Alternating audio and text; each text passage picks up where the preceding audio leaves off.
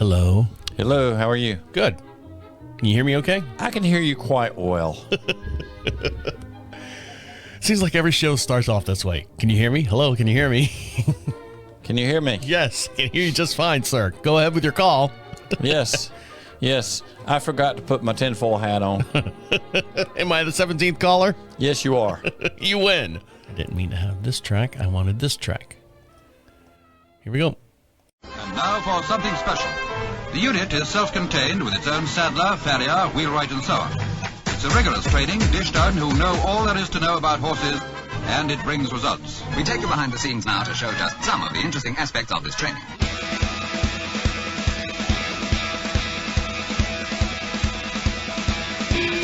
Welcome back to Equine Dynamics with Mike Stine, the award-winning #1 podcast to create sounder horses from the ground up. Mike Stine is a registered journeyman farrier with an APF1 accreditation. On this week's show, Talking Terminology, we're going to talk about the torsional. Sorry, let's say that again. The torsional.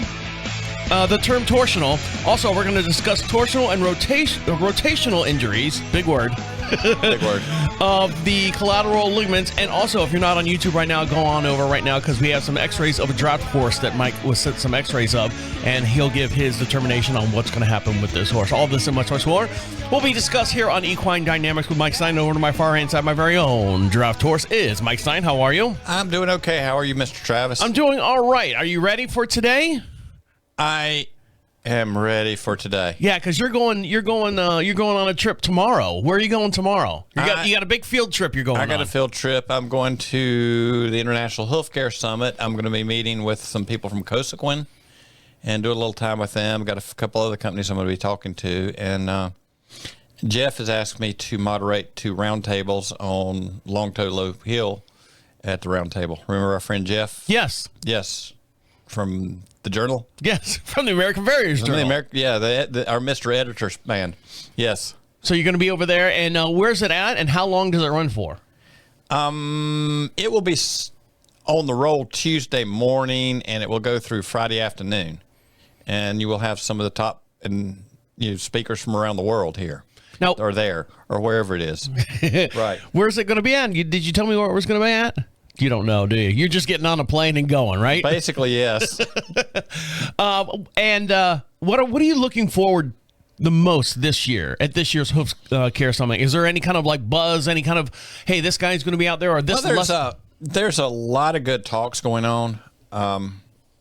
There are a few I'm very interested in as far as that goes. And there's one that's going to be anatomy and physiology, breakdown of the hind leg and function. That is one of my biggest interests. That I'll be attending that one for sure. Are you excited about lunch? Oh yeah, because you always get a free meal when you go out there. Well, no, actually not. No, they don't provide food. No punch and pie. They'll provide food if you go buy it. Oh Jesus! There will be a table for you to sit at. There will be tables to sit at. There'll be used donut shops and stuff like that. So if you're not on YouTube right now, for every podcast we do, we have a matching video over on the Equine Dynamics YouTube channel. Make sure you give them a search over there, give them a little subscribe and stuff. And I took a picture. My wife, I don't want to say conned me in, but we wanted to spend all day Saturday together. So we went out and had a very nice breakfast, me and her and I. Went out. You got conned in. Yeah, and she's like going, well, I just got to stop by, because normally on Saturday, she rides on Saturday. Because Diego just had some like heavy duty body work done and all that. She's like, I want to go out there and just see him and make sure Diego's doing all right, the day after, the body work session and stuff, and make sure that he's feeling all right. So I'm going to switch over to camera. What camera am I going to here? Probably camera, this one. Nope, that's the wrong one. We'll talk about that here in a minute. We're going to talk about this right here. Right. So this is Diego. Unfortunately, I'm the best photographer. I cut off half of Diego's head, but he's got... Can you describe what he has on, Mike? He has a device on that helps him communicate with Martians. Now, he has a beamer unit on him right now, and that is a tone pulse, as I understand. Mm-hmm. And it's a I don't know what frequency they're operating on, but just help with muscle relaxation, circulation, all that sort of deal. So that's my wife in the background combing out Diego's tail. And he's standing on the squishy pads on the back. So that's what I was going to say. While he was on the Beamer jacket, my wife took the opportunity of him being, calm on the cross ties and put the big 4-inch foam pads underneath the back of Diego. Now, why did she do that? And what does that do to help Diego? Makes him taller in the back end. Does it really? No. See, you had me going there, Mike. Well, the idea came along, and I've seen people do this, and I've got people that do it, where, horses are always shifting their body. Mm-hmm. And everything moves on top of these foam pads. So it helps with, creating better proprioceptor response. With the proprioceptor response from the foot helps activate how horses use their muscles. When a horse comes from a gallop off a hard ground in the mud and they don't wipe out, they actually have pressure sensors in the back of the frog that come all the way through. And how that is triggered makes instantaneous adjustments on how they're functioning muscles, because of the way they're actually filling the ground and the pressures through the feet. Now I've gone through physical therapy before because I have sciatic muscle and stuff, and they made me stand on one foot on a pad like this at one time. That wasn't a drunk driving test, was it? No, it wasn't a drunk driving test. Okay, but I was standing there, and I was like, try for a minute, and I'd stand there for a minute, and my leg and everything would get tired, get sore. And the reason why I bring this up is because we were sitting there for probably 45 minutes with Diego on these pads, and probably about 20 minutes into it, he kind of steps off of it. And Amy goes, "Oh, are your feet getting sore? Your feet getting tired?" And so she let him rest for a minute, and then she put him back on the pads, like in 15-minute intervals. So I wonder if she didn't make you stand on them. No, but so he was getting tired, he was getting sore, so obviously it was doing something for him. Right. It has to do with them learning to balance themselves and handle their bodies better. So yeah, that was just something I just wanted to bring up to show everyone that Diego and what it. Diego standing on those pads and stuff, and what it was helping him do. So I guess he's doing well. She was worried about his feet. His front feet felt warm. She was, going over them and everything.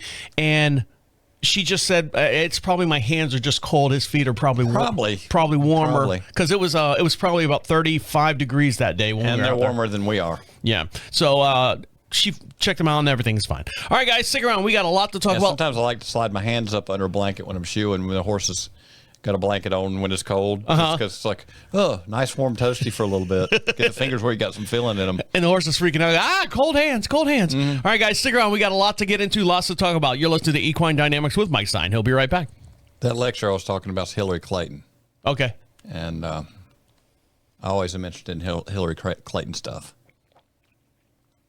And I found out recently she was a little Tony Gonzalez student way back before I was. Oh, really? Mm-hmm. You're like sisters, brother and sister. Yeah, sort of. Something.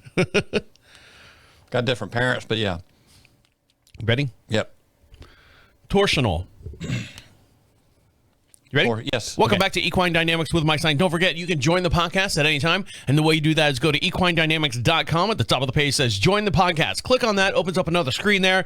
And at the very top of the screen, a little orange bar that says you can leave a message to be heard here on the Equine Show. If you've got a microphone on your device, your smartphone, your tablet, anything like that you're listening to us on, you speak right into it. You can be anonymous if you want. It's going to ask for your name. You can be anonymous. You can put, Horse Lover 42 or something like that. And your message will come right here to the show. We'll play your voice right alongside of us here in the studio. So go over there, equinedynamics.com, and click join the podcast. And over to my far hand side, my very own Horse Lover 42 is Mike Stine. How are you? I am 42. I know. We just had a birthday. Yeah. How are you doing? You doing all right? I'm doing okay. And you're all ready for the Horse Summit. Did you find out where the Horse Summit's being held at this year? It's not in Cincinnati this year. Okay, so we can... It's where the big bird lands. All right, so we're going to eliminate Cincinnati of where the show is not. So we only have 2,980 other cities to figure out where the show's going to be at. I'll look it up during the next break. Now, we have a segment here. If you're new to the show, welcome to the show. If you're a recurring person, you know exactly what this segment's about, and this is Talking Terminology. Talking Terminology, we kind of break down some of the terminology that you hear in the barn, around the campfire, at horse conventions and stuff. Some words that you might not be familiar with or you've heard a million times but don't know exactly what they're talking about. And this week we're talking about the torsional, the word torsional. Now, Mike, when we say torsional, I'm thinking torso and the upper body. So on a You can horse, think that. what are we talking about when we refer to torsional when we're referring to a horse? Well, it's like, okay, you got your torsion bar suspensions and where you're flexing and twisting and creating pressure from that, correct? Are you talking about like on a car? Well, like on a car trailer, yeah. Okay. Okay. And we get torsion bars under the horse to help, or under your vehicle to help stabilize it left to right. And anyway, it's just basically it's something that's twisted and torqued on. And you get torsional injuries in the coffin joint, and a lot of times will affect the collateral ligaments, but just getting twisted hard, get pulls, get strains, and that sort of deal. But it's just to twist.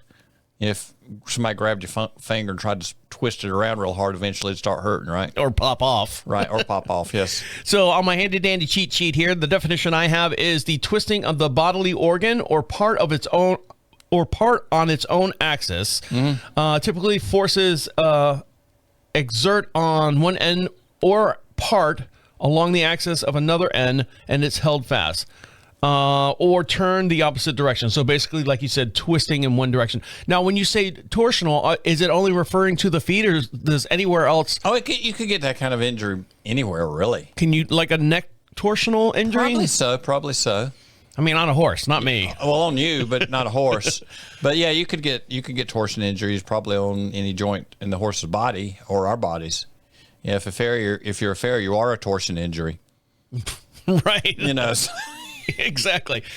So, what is the main cause, or is it just stumbling? You know, when you have torsional injuries on a horse's foot, or is it bad shoeing, or is it bad growth that would give you those injuries? Is it more of an accidental? Well, horses that leg alignment. If you got sometimes like a pigeon-toed horse is going to have some unusual pressures on the ligaments around the coffin joint, as opposed to one that is in a better positioning, and the job.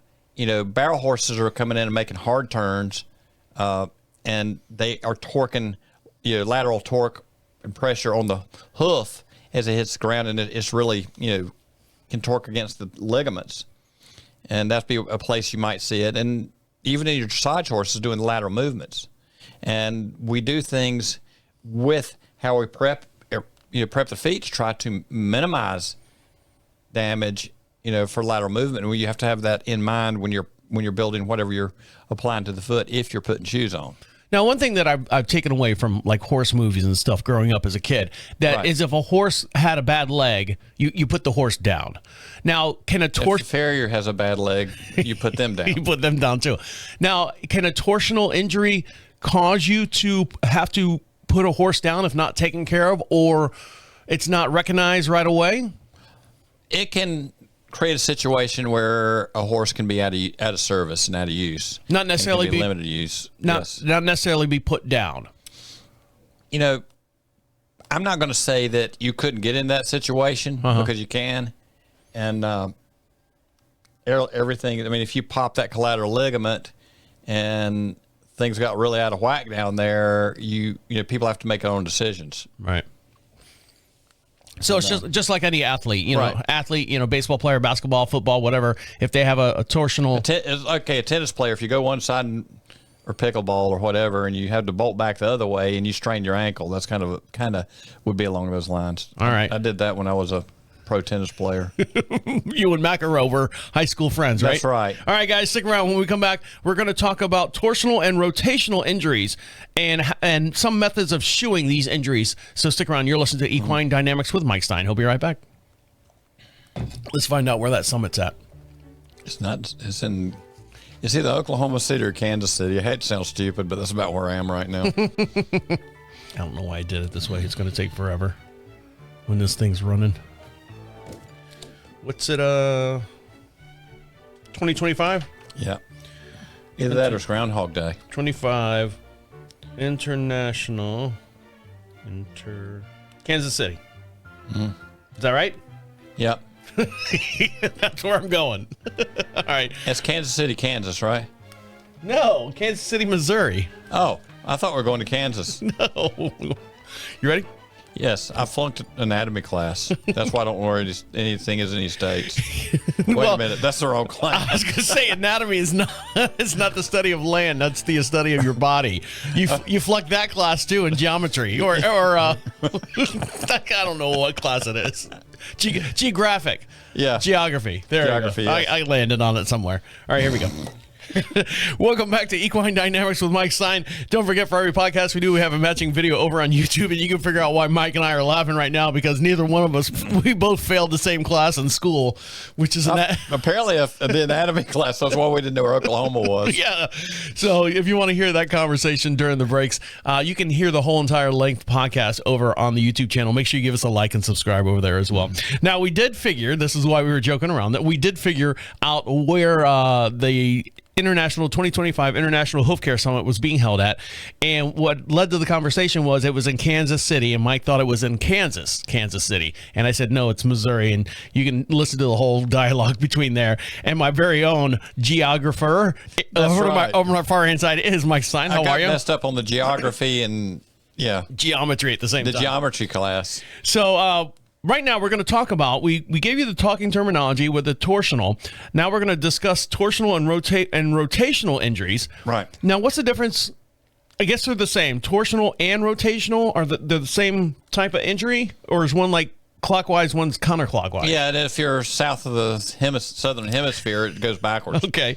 But you're going to talk about the we're going to talk about the collateral ligaments, and in particular, yes, and also how to shoe horses for this. And you brought a little model here. You got a little, looks like a foot with some painting on it. It does have painting on it. So let me switch over to camera 6 so you can see this, and everyone can see this as we're talking about it here on the show. So you've got a horse's hoof here, and you've painted all the ligaments different colors depending on what they are and what they're referred to as. So what are we looking at here? This is a horse's hoof, and we've painted the different tendons and ligaments on it depending on what they are. Okay, good job. Did you do that in daycare class, Mike? I did do it in Good daycare. job. And they got a chart so you can see what you're doing. Okay. So what are we looking at here? When we're talking about torsional and rotational injuries, the collateral ligaments, what are we looking at? The collateral ligament, and what I was talking about in particular, because a friend of mine sent me some x-rays on a horse that he had been confronted with here recently, where there was collateral ligament damage, and the collateral ligament of the coffin joint is here. There are collateral ligaments on each joint, and but this is the collateral ligament of the coffin joint, and you can strain them. And if you take that foot and you torque it this way hard, you stretch the ligament, and that's like the torsion injury. And the foot does have a little move side to side, but primarily this joint is supposed to move this way. And I put it under. Is it under the camera? Yeah, you're under the camera. Yeah, I'm not paying attention. It's okay. I got you. You know I don't. That's why I'm here. But with the foot being torqued this way, you stretch the ligament. And if you damage that enough, you can start getting some bony changes and breakdown of the coffin bone. And over time, you can get calcification going into the ligament itself. And, if that's the case, the horse is going to have it's going to limit the use of the horse and the mobility and all that. But it can be recouped, right? Or unless it's completely damaged to where... I have worked on some of them that have done well. And you got to get the pressure off for, to get the inflammation chance to settle down. And your shoeing strategy is, a little different for when they go back to work also. So what is your strategy when dealing with injuries of this nature about shoeing a horse? Okay, if you got a horse that has a torsional injury, first thing you want to be working with a vet, and you want to look at the joint spacing. And if the joint spacing is opened up on that side, you can bring it back with trimming a little bit. And what you want to end up with is the joint spacing even across. That's something I was going to ask. Do you, when you have this kind of damage, is it necessary to have shoes on it? Or is this something, if a horse has enough foot on the bottom, you can literally trim off one side more than the other to... It depends on the situation and how much you're dealing with. There's some minor ones that you could probably do, keep the foot addressed, but you're going to have to stay on top of it on a much shorter term than if you put something on there that was going to stabilize the situation. And I'm not going to say that it hasn't been done, because it certainly has, and I've worked on them that way, and some of them have done just fine. Now, if you've got a horse with just a horrible foot, then you would have to do some kind of, not a clog or anything like that. No, I wouldn't do a clog on that. I have done in the healing process, I've done egg bars. I've done a few other deals on there at times, depending on situation is going to be different from every horse. If, when you shoe them for soft ground, you want something really wide on the side that the damage is on. So you will might make a shoe where well, let's see what we got here. No, he's got his little book here. We got pictures. And sometimes you can fill in with rubber on the side to keep that side from sinking into the ground. Meanwhile, you can narrow up the other side. Mike's diving into his book here. American Farrier's Journal, as a matter of fact. But just for the sake of, you got a marking stick. Here, I'm going to draw on it. It's my journal. Okay. Just for the sake of, if this is a foot with a injury, and if it's not too bad, I can actually heat the shoe and forge this in a little bit, or we can add some metal on there and make this wider. Meanwhile, narrow this down and narrow this down. So when it hits soft ground, when it turns away, it allows the foot to roll, which will close the space on the joint. Where if it's sitting on top of the ground, it goes away, it'll pull against the collateral ligament. On the side where it's turning onto, where you really broaden out this web, you want that to sit on top of the ground, and as it rolls this way, you want it to close that space in a little bit. Because if it goes this way and the foot collapses and rolls into it, that's going to take that ligament and go, ow, that hurts. So when it stabilizes that enough to have a chance to heal up, and hopefully you hadn't got any real scarring, maybe it's hopefully just a little bit of inflammation in the ligament, but chance for that to settle down, and they need to stall rest. And some of the minor ones can probably just stall rest and be fine. That would be one strategy. And just for say we have one where we take an X-ray, and on the side the ligament is on, that joint spacing has opened up more than the other side. I like using, if I do this, a minimal as possible, but you can slide a little leather wedge. They have some pads that are very slight leather wedge, and you slide them in there and they'll push them up. And the beauty of the leather is as they get used to it, it will actually collapse down some. You'll lose some in time. So it will reduce itself. But you want to do as minimal as possible, because if you go jacking it way up hard, we can create some damage. But when I'm talking about that, shimming them up a couple of millimeters, 2 or 3 millimeters.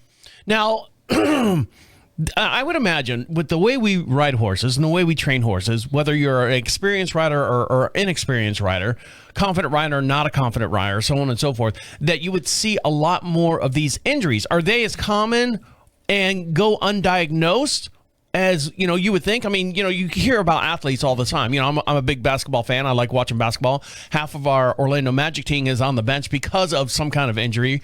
But, is it more common and we're just not recognizing it, or people aren't recognizing it because, he's just sore today, or he's just, whatever today?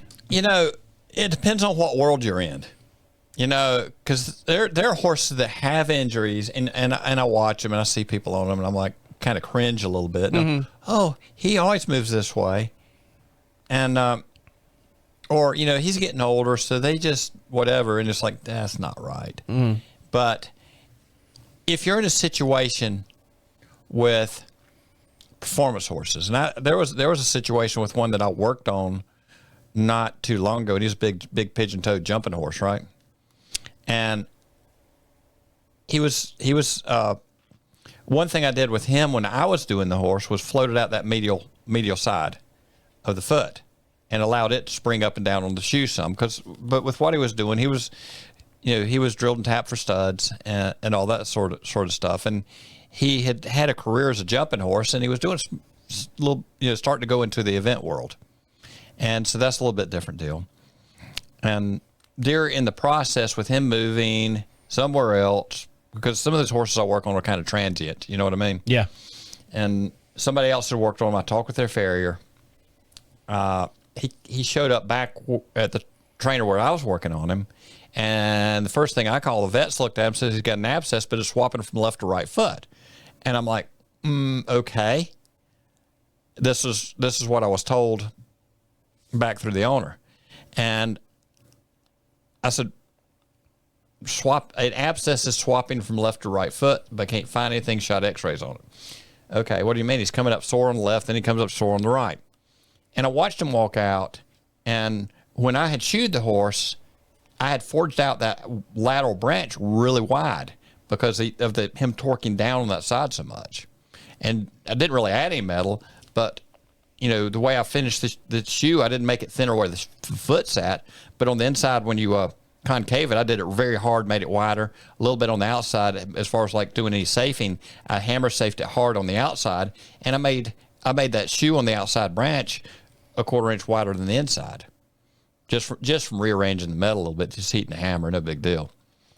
On the other side, I cleaned that up, narrowed it up, and because of the way he moved, I wanted that medial side to float and settle in on landing as far as the foot and not break outside so much. And he did well for me like that. So I was looking at him, I said, my guess would you're getting some collateral ligament outside because he's collapsing outside on both sides really hard. Probably gets sore on one side, then he starts putting more of the pressure on the other side. Then Cheating, the other one starts cheats, and then the other side flares up would be my wild guess. I said, now I'm not a vet and I'm not diagnosing anything, but this is just coming from, 40 years of looking at thousands of horses. Right. But that's where I'm thinking since we've had that kind of mechanical issue with him before, that makes sense. So just redid him and he walks out and it's like, how's he doing? Fine. But, everybody's got a different way of going at things, and experience makes a big difference. You can't replace experience. And right now, if I look 10 years back, I may not have handled that as good as I did now. And that was 30 years into being a farrier. Mm-hmm. So, it's just, you can't replace experience. When we come back, we're going to have jump on over to YouTube now and make sure you subscribe over there. We got some x-rays of a draft horse that Mike was sent these x-rays on. Gentlemen want to know his opinions on it. So we're going to look at those and look at the mess that this draft horse looks like. So stick around. You're listening to Equine Dynamics with Mike Stine. He'll be right back. Welcome back to Equine Dynamics with Mike Stine. Don't forget to follow him over on, what is it? Not YouTube. Follow him over on Facebook. Mike posts a whole bunch of different things up on his Facebook page. You're still on top of that, right, Mike? I haven't looked at it in a while. On top of what? On top of your Facebook page, your business Equine Dynamics Facebook page. You still posting stuff over there? When I settle down long enough to think about it. But what he does is he posts a bunch of different articles about horses and horse structure and all that stuff. So it's not like he's just, random willy-nilly, taking pictures of like his lunch or anything like that. It's actually more extending your education. Go over to his Equine Dynamics Facebook page. Check him out over there. And I took pictures of my lunch and said, God, you can eat that. And over my far end side, my very own garbage disposal is Mike Stine. How are you? I'm doing okay. So we're going to switch over to camera. Let me make sure I got all these up here. We're going to switch over to camera 9. You want to start with that picture there, Mike? Sure. All right, we're going to start with... hold on. Let me switch to camera. Get everyone up to speed here. All right. So what are we looking at here? What speed are we going? We're going the speed of a draft horse. Now, this is a draft horse here. Mm-hmm. Now, this is the lateral... Right. Forefoot. It is the lateral forefoot. Only because I read the bottom of the picture there. Okay. Yeah, and a left front forefoot. Mm-hmm. Not lateral left. I just made that up. Both feet have a lateral side to them. All right. So what are we looking at here, Mike? Well, the left forefoot, and they're shooting from front to back. Uh-huh. So the left side of the foot would be right there on the right. Uh-huh. And this horse had some collateral ligament damage. These x-rays come to me from a good friend of mine that I've known for a long time, who is a top-notch farrier. And I tried to talk him into coming on here. He said, nah, I don't want to do it. But no, this guy's claim to fame is he's been a farrier for 2 World Equestrian Games. Oh, wow. Yeah, seriously. And he's no joke. He's for real. But anyway, collateral ligament damage. They shot some x-rays. You just look at the hoof wall there, and there's been a lot of weird compression and stuff with the hoof wall. I don't know if that's dirty or what's going on. It looks like a mess. Yeah, it looks like a mess. I can guarantee the hoof wall looks like a mess. And, if you look at the perimeter edge of that coffin bone, there's a little bit of damage down there on the bottom perimeter rim on that outside for sure. And, if you keep snatching on that collateral ligament, you can get some bony changes where it attaches up right around that area you are, sort of, kind of. Mm-hmm. And you keep snatching on it, you can eventually, the ligament itself start calcifying in but we've got a couple more pictures here. So this looks Okay. like from underneath or on top. Well, that's skyline from up top. Okay. And there again, I think that these pictures were taken with a cell phone. You got background weird stuff. Yeah. I always get something crazy in the X-rays when I get one taken with a cell phone. Right. There's some And kind if of you- reflection if on you the look TV. At, if you look at the perimeter of that coffin bone, it's not a clean line all the way around the perimeter edge. So that old foot's been beat up, and there's some stuff going on in the hoof wall itself, and their question is calcifications into the collateral ligament and keeping the horse sound. The horse is not being sound. Now, how old is this horse? Did he give you an idea? I do not know. And just to clarify, what does a draft horse's job is or does? What does he do? What does the draft horse do? They eat a lot of hay. Okay, got the hay part down. Yep. They make big piles behind them. Okay. A draft horse. What are they used for? I think draft When they horse. step on your feet, you really know it. I think like they're like a work horse, like a plow Big horse. plow horse, yes. Okay. They're big pulling animals. Okay. And this is a fairly large horse. Now, is this a working farm horse, or is this like, do draft horse show anywhere? Is there? I think what the idea was this was a horse that maybe they could use for a therapy program. Okay. And sometimes you've got some larger people to put on a horse. Gotcha. And, is this horse going to be easy to keep sound? And, a couple things that, you look at that X-ray on that outside corner of the coffin bone. There's been some damage there, and as time as it goes. Another thing with therapy program, and I work on some therapy horses occasionally. You don't want to get in really deep on expense because they've usually got a bunch of horses there, and so you want to keep it budget because there's only so much you can do, and there's some weird stresses in that hoof capsule that you can see up above that coffin bone. There's something going on. And I wasn't there when it was taken. I wasn't working with the vet, but there's some crazy stuff going on in that hoof capsule. So then, is this going to be an easy horse to keep in the program? Now, does not have to pound the ground hard, but then you start thinking about it needs to be sound and happy. And is it going to be difficult to keep this horse where it can pack people around, or does he need to go? Hang out in the field somewhere. Retire somewhere. And I think the decision was, my friend was asked, and then, this is, there's some definite damage you're looking at, and this is going to be probably a bit of a maintenance issue. So you want to put him where he's going to live out a good life. So your professional opinion was like, I can get him up and literally running, but not working. Right. He can go out and hang out and do what he does and be happy enough. But putting the added weight of a human, an oversized human, because you got to, in some of these situations, they need somebody that can carry a larger person. Like me. I need a draft horse. I thought you were like Mr. America supermodel. Sure. But it used to be. Yeah, it used to be. That was your last career. Yeah. But, they can serve a great purpose. But on the other end, is this a reasonable situation for the job? And is what it's going to take to keep the horse in work a reasonable thing? Or is it best he just goes out and mills around and lives out his life? Because I think this horse has a little age to him. Look at that coffin bone. He's not a youngster. On a side note, do the Amish people, do they use draft horses mostly to do their work? Depends on what the job is. Well, if it's a plow, would you use or? Oh yeah. They've got some big guys up there pulling. Okay. Some of them are almost your size. I'm just trying to be complimentary. Oh, thank you very much.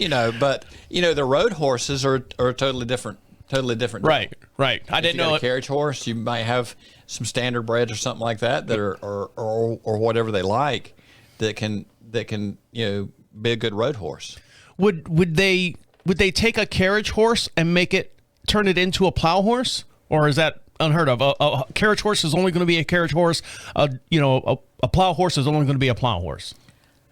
My guess is you're probably not. You're going to probably move your plow horses down the road sometime. Okay. And maybe you stick one in a carriage occasionally, but he's going to be, he's only going to cover so much ground at his speed. Mm-hmm. And if you need brute force, if you got a horse the size of your average dump truck, you can apply brute force. And if you got 20 of them hooked up, you can apply a lot of brute force. literal horsepower. Literal horsepower. And, for a driving horse, you need something that can, the heavy drafts, if you want to cover a long distance and you want a little bit of a pace to it, they're going to get winded and they're going to wear out. Yeah. Where you need something that can cover some ground and not wear out for your road horse. Gotcha. All right, guys, we're going to take one little break and come back. And what did we learn today? And we'll let you get back to playing with your pony. So stick around. You're listening to Equine Dynamics with Mike Stine. He'll be right back. Welcome back to Equine Dynamics with Mike Stine. Don't forget, you can join the podcast. Go over to equinedynamics.com. At the top of the page says join the podcast. Click on that. Opens up a little menu there. At the top of the page, you can see a little orange bar. It's got a little microphone on it. You can speak right into it. You can be anonymous if you want. You can put your Horse Lover 42 name in there and speak right into it.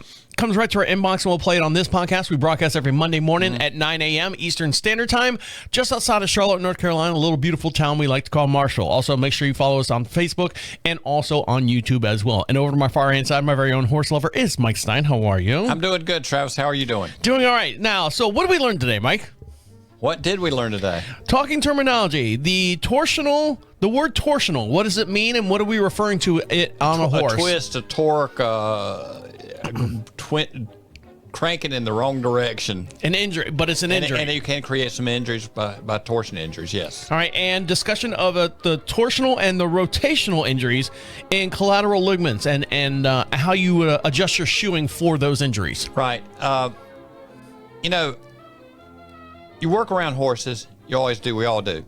And if I got a horse that's prone, well, you do. I don't. I call when I got a real question, I call Travis and ask him, right, and get the real answer. Have you tried petting him? Yes. But in our job as a farrier, if you have a horse that is prone to go in that direction, and you see what's going on, and you watch them move out, and you see how they load the foot, some of these horses, you go ahead and head in the direction of shoeing to stabilize the situation, so hopefully we do not get an injury, and keep them happy and keep them working and keep them doing their job, because horses got to pump some blood. They don't stand still well. And then when you do have an injury, well, we definitely need a vet and x-ray unit and the whole bit, and they're doing shockwave, and they're doing several other therapies, right? That Beamer jacket that Diego Beamer jacket. If you didn't have the Beamer jacket, we wouldn't make it. The horses would go downhill. That's right. So that would be, looking at the torsional injuries and all that. And also discussion of a draft horse where Mike was sent some x-rays. A gentleman, a friend of his, wanted to know some. Let me switch over to camera. What camera am I going to? Yeah. Let's go to this camera here. And some of the this draft horse, Mike got some x-rays on, so you can see this as Billy well. and myself share stuff back and forth and have been for years. Mm-hmm. And it's like, hey, buddy, am I being an idiot? Because he'll tell me if I'm being an idiot. Great relationship. Great relationship. I mean, seriously, you need somebody like that. Uh-huh. And we all have assorted people. This was a horse that was brought up to him that he just sent me x-rays on because, well, the idea was put him in therapy program. He's a little lame. And, with everything going on, the corner of that coffin bone, there's some damage. And is that going to be a long-term problem? And you look up that hoof wall and it says, yeah, there's been some stuff going on there for a while. In fact, up there you got a bit of a track. So it's probably something was blown out there at some point fairly recently. And down lower where you got a little bit of a track. Mm-hmm. So there's some damage that you can see. So is this going to be an ideal horse for them to keep as a low-maintenance horse? Probably, and the decision was probably not. All right, guys, make sure you follow us over on YouTube. Make sure you follow us on Facebook as well. And leave a message for Mike Stine. Go to equinedynamics.com. And don't forget, if you'd like this podcast to perform at your clinic, your location, any kind of special event you got going on, you can sign us up or get signed up. Sign us off or sign us up or something like that. Get signed up right now. Go to equinedynamics.com. At the top of the page says clinics. Fill out that little form. We'll schedule you, and we'll come out there and do this podcast right at your location. On behalf of Mike Stine over there. Thank you. Have a good day with your ponies, and I'll see some friends out there at the Hoof Care Summit. Talk to Carrie. I'm going to meet with him. Remember our friend Carrie? Yes.